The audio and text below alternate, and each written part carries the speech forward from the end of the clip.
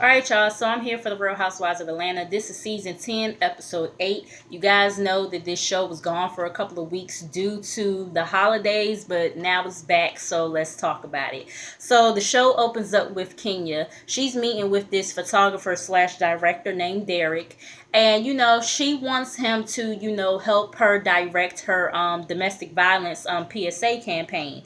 And she tells us that when she was 16 years old, she was dating somebody that was 11 years older than her. And he stabbed her at one point. I was just like, oh my god, you know what I mean? And hearing her talk about that it made me kind of shocked that she went through that. And she sat up here and dealt with the shit that she was dealing with Matt, even though he never put hands on her as far as we know. You know what I'm saying? He had like domestic violent like tendencies. So yeah, kind of had me shocked and everything. But things happen sometimes, and I'm glad that she's out both of those situations. So anyways, Sheree comes to the meeting and everything with this. I didn't like that damn blonde wig on her, and me and Kenya thought that she pulled that shit from Kim Zolciak's closet somewhere. You know what I mean? Sheree, she wants it to be a Kenya Moore and a Sheree Whitfield production, not just a Kenya Moore type of thing. Like, she wants to help out and get behind the scenes, but she doesn't really have experience like that or whatever. And Kenya's like, oh, so you want to be an intern? And Sheree is like, no, okay. But Kenya pretty much tells her, well, figure out exactly what you want to do or whatever, and let me know and everything. So then we have Nene and Marlo. They're at Nene's house, and Nene says that so Kenya is having this PSA, and Marlo is like, oh, that she not married? And I'm just like, all right, we 8 episodes into this shit. I'm over the shade being thrown at whether Kenya married or not. I'm just like, can we get off of it, okay? But anyways, Nene tells her to cut it out, and no, it's for women who have dealt with domestic violence. And Portia is also going to be at the campaign. And Marla was like, well, speaking of Portia, I want you guys to sit down and sort through your issues. And I want to do it at my house. I want to have a tea at my house. And, Nene is just like taken aback, because Marlo never has anybody in her house. She don't like guests or whatever. And so she's just like, now all of a sudden she want to, do some shit.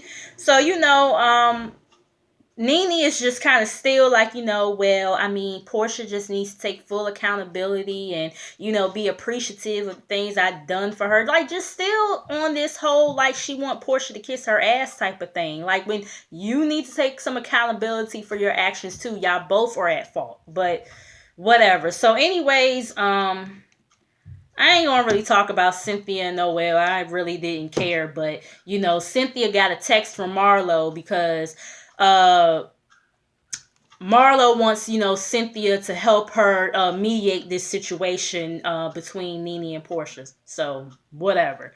Then we have, Candy. She's at the OLG restaurant.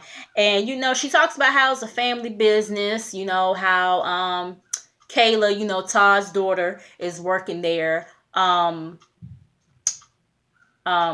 Riley is working there, and Riley's sister from Block is working there, and I'm like, what?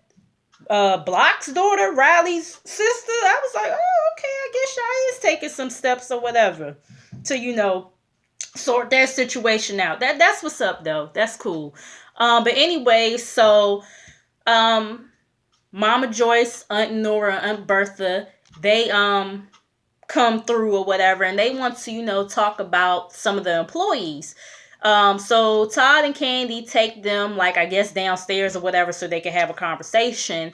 And Mama Joyce, she's like, I want to change the hostess. And she just kept on saying the hostess, and like she was struggling on what she wanted to say. And I'm like, now Mama Joyce, any other time you say it like you mean it, you ain't got no problem saying how you feel. Now all of a sudden you tongue tied.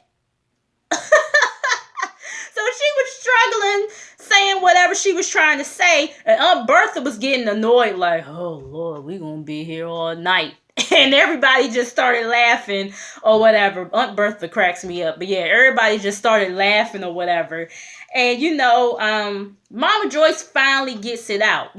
Pretty much she wants to move the hostess and where the regular people be ordering to a different location or whatever, because she feels as though it's too crowded and it doesn't look professional. Aunt Bertha has a problem with the cooks. I guess they be having like dirty dishes or something. I'm like, ooh, y'all, I hope y'all not cooking out of dirty dishes. But anyways, she has a problem with that and their attire. And I think Aunt Nora kind of had like the same problem as well. Both Aunt Nora and Aunt Bertha were both in the food industry, and that's where they retired from. So, they just want to have a little bit more of a voice and be able to voice their opinion about what's going on with the restaurant. Candy and Todd, they're cool with that and everything. And they still don't have a general manager, so they still have to look for that. Then we have Portia. She's about to go into hair and makeup so they can do Dish Nation. And they got her and old Ricky Smiley flirting and stuff. And I'm just like, okay, Andy, like, I just didn't believe this shit at all. You know what I mean? Portia's like, Ricky isn't my boss or anything, so everything is off limits. And like the whole time that they was having their conversation, they kept on playing like this romantical music, like as if some shit was really about to happen between them. I'm like, okay, Andy. So anyways, she talks about her date or whatever. Well, no, she talks about how the matchmaker had brought up Ricky, like, what about him or whatever, this, that, and the third. And then she talks about the guy that she went on the date with and how she needs somebody that can make her laugh or whatever. And so, Ricky kind of gave her that look and everything. And she's saying how, I'm not saying that it's never been a thought or whatever, but I just think I shouldn't go there and everything. And I'm just like, whatever, okay? Like, you ain't gonna go there because you wouldn't date no damn Ricky Smiley, okay? But then again, you never know. But yeah, I just didn't believe that shit. Like, please, okay? But anyway, so Portia, she gets a call from Marlo about the whole tea invite and everything. And, Portia, she's kind of suspect once she hears that Nene is going to be there, because she's like, y'all ain't never invited me out for tea or, an intimate setting like this before and everything. And Marlo is just telling her that her and Cynthia just want her and Nene to, like, bury the hatchet and all this other stuff. So then we have Sheree and Candy. They're matching, with the ponytails and everything. They're at Sheree's chateau. And, Candy is asking her, like, did you do your homework assignment? Did you talk to the kids? And, Sheree is like, yeah, I finally talked to them and everything. It was hard, but, I got through it.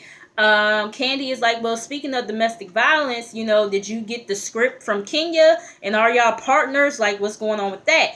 And, Sheree pretty much is not too sure about what's going on in regards to her and Kenya doing this thing together. This is something that she's very passionate about. She shouldn't have to beg Kenya and this, that, and the third. And,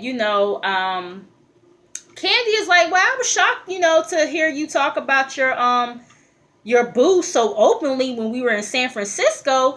But, Nene said he was a con artist. So Sheree is like, well, a lot of people have done a lot of things. So, let's not go there, because Greg and Nene both have mug shots or whatever. And so why does it matter? And I saw the little clip that they showed in the shade room where, Nene kind of shaded Sheree about that comment that she made or whatever.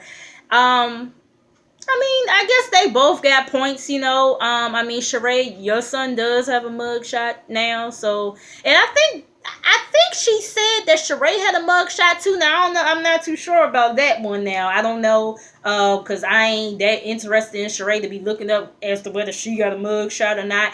But yeah, it's just like whatever. You know what I'm saying? But y'all know I'm disappointed in Sheree about this whole Tyrone situation any goddamn way. So whatever. But anyways, Candy is like, so when does he come home? And Sheree is like, well, hopefully at the end of the year and everything. And Candy is like, well, is he coming to stay here at the shed too?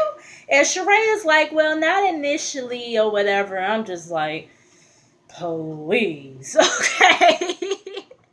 So anyways, then we have Marlo's tea. And Cynthia is the first one to show up, then Portia. They greet each other.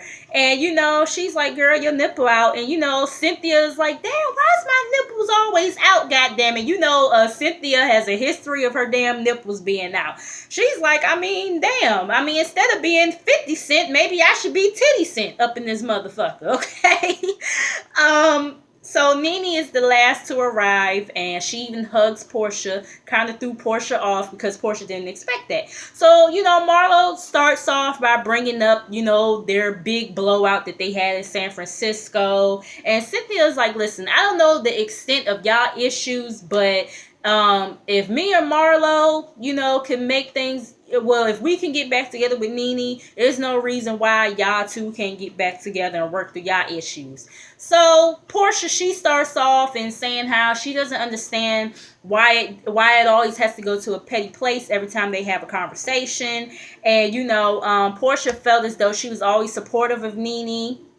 And, she will always tweet about her business ventures and this, that, and the third. And Nene is like, a tweet doesn't show me that you're a friend. Your actions do. And I'm like, okay, Nene do got a point there. You know what I mean? But it's just still like, Nene, like, come the fuck on now, but Nene, she's like, Portia, you would not text or call me back. And Portia is like, it was 2 times that happened that I didn't answer your text or whatever. And they just kind of going back and forth, but it wasn't like yelling and screaming or whatever. They was just, kind of calm, talk, going back and forth with one another. And I don't really know what to make of that conversation. I definitely know for sure they ain't like friends at this point, but I guess it's just like, well, girl, you're not going to own up to what you did. I'm not going to own up to whatever. So, it is what it is. I guess we cool, we cordial, but, yeah, as far as us being friends right now, I don't know. That's what I picked up from the conversation. And it's just like I said, they both need to take accountability for their actions, but whatever. Anyways, we have Candy. She's with Todd and Don Juan at, the restaurant. And they're looking for a new manager, like I said. And this guy comes in for an interview, and he studied hospitality administration. He did his research on the restaurant, and he saw that like 71% of the reviews over the last month or so have been like 3 stars or worse. So, excuse me, pretty much they're all kind of impressed with him, that he did his homework, and he seems like he might be a good fit for the job. So we'll see. Then we have Kenya's domestic violence, campaign. And Shamia, she comes, and Shamia and Kenya, we know in the past they ain't really been all like that or whatever. And Shamia seems to have a better relationship with Kenya at this point than she do Portia. But anyways, she starts off the campaign, and she talks about how she was married like 10 years ago, and it was like their anniversary dinner, and he was giving 1-word answers, and they get downstairs, and she's like, do you want this? Do you not want this? And he starts saying like, oh, well, you didn't want it. It don't seem like you want it or whatever, because you keep on taking your ass down to Miami and everything. And she had went to Miami for like a friend's birthday. And he kept on accusing her of cheating. So she was just like, all right, I did, but she didn't really cheat, but she just was like tired of him, you know, constantly saying the shit. So she just was like sarcastically, all right, yeah, fuck it. What? You know what I mean? And, the only fancy pair of shoes that he brought her, she said that he knocked her right out of them. And, it just got very emotional. This whole, scene got very emotional. Cynthia comes with her mom. Candy, she shows up. Although she's never been through domestic violence, she's seen others go through it.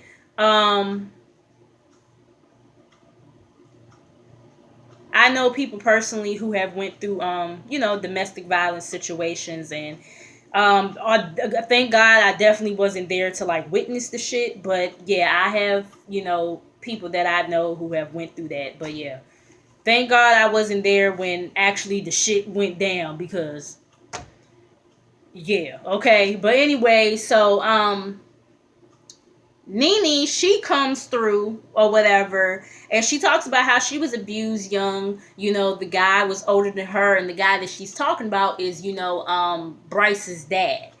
And, Sheree, she still hasn't showed up. And, Kenya, she's in hair and makeup trying to find out where Sheree is. And Sheree is like, I just got into an accident. And, Kenya's trying to ask her, is she okay? Is she okay? And, Sheree is like, yeah, my back is fucked up. The lady hit me from the back and everything. So Kenya's still trying to, carry on the conversation with her. They lose connection or something.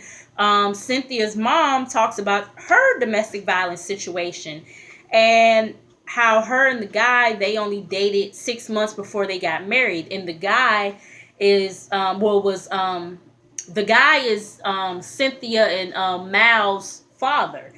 And she said it was one day he did something real bad, and she grabbed a knife.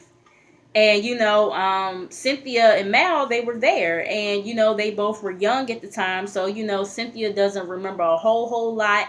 But, her mom started to get emotional. Cynthia was trying to go over there and comfort her. But Kenya pulled her back, because it's like, hold up. We're trying to, finish this shot here. So, she didn't stab him. She just kind of had to contain herself and just, calm herself down. So she, I guess, didn't do something that she would, end up regretting, and that, I guess would cost her freedom. You know what I mean? Because we know there are situations where women who have been through domestic violence and, they're in jail because of it. But, yeah, so Portia, shows up, and then Sheree finally shows up, but she's very emotional. She goes into the bathroom, she's crying, and, Kenya goes in to comfort her. Sheree has a disc in her back, and that accident just, like, made things like 10 times worse. And I can only imagine, because of the fact that she has a disc in her back, like, that shit, yeah, I can imagine it being 10 times worse versus somebody who doesn't have those type of issues. So, I'm hoping that she's better with that. I really am. But I know when she was in her confessional, she was saying it still hurts right now. So I was like, damn, But she was still able to do the campaign, and despite the fact that her back was hurting and that she was hoarse, and the girls were there to comfort her, and to be there for each other. And it was very nice to see. I know we give Kenya a hard time sometimes, but I was really proud of her. I'm glad that she did this, that she brought awareness to this situation. And yeah, it was nice to see them all get along, for once. But we will be back at our regularly scheduled program next week with the bullshit of them not getting along. So yeah, this was nice, you know what I'm saying? But that pretty much was the episode, you guys. Make sure you guys like, comment, and subscribe. Make sure you guys come back. Make sure you guys share here, share there, share every motherfucking where. And I'll see y'all in the next video. All right, I'll see y'all. Bye.